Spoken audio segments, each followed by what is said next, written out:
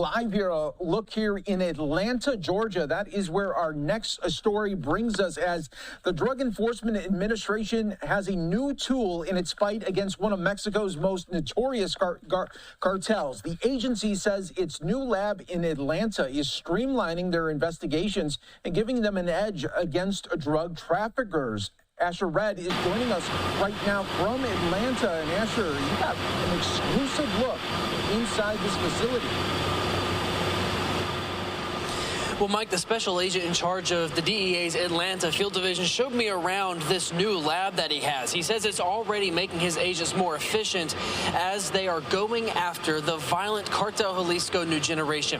Now, in the past, agents in Atlanta would have to send confiscated drugs out of state to be tested by DEA chemists, but now that this lab is here in-house, they're able to do that step within minutes. This month, the DEA in Atlanta seized over 1,000 pounds of meth in an operation against the Jalisco New Generation Cartel. Agents say they arrested 5 suspected members of the cartel, which the Trump administration designated a foreign terrorist organization in February.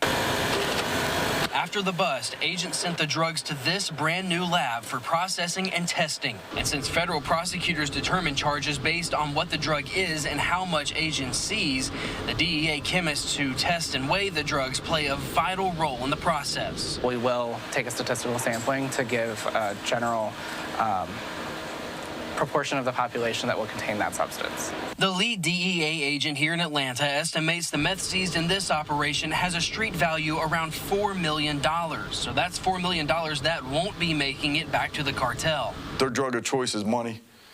I mean, everything they do, they do for money. They care nothing about the poison, the people, the lives they're destroying, the misery they're dealing in. That doesn't bother them in one bit. The operation is part of the DEA's nationwide effort to crack down on the Jalisco New Generation Cartel. Robert Murphy says the cartel's been getting more powerful since 2023 after the arrest of 2 high-ranking members of the rival Sinaloa cartel. CJ&G has risen to power, and we want to make sure our efforts were focused on making sure they don't get too strong.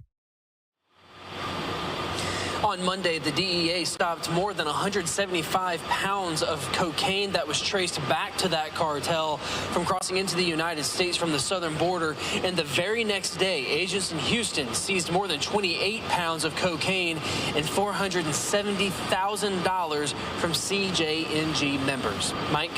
Asher, thanks so much for bringing us this update out of Atlanta tonight. We appreciate it, as always, on Live Now from Fox. All right.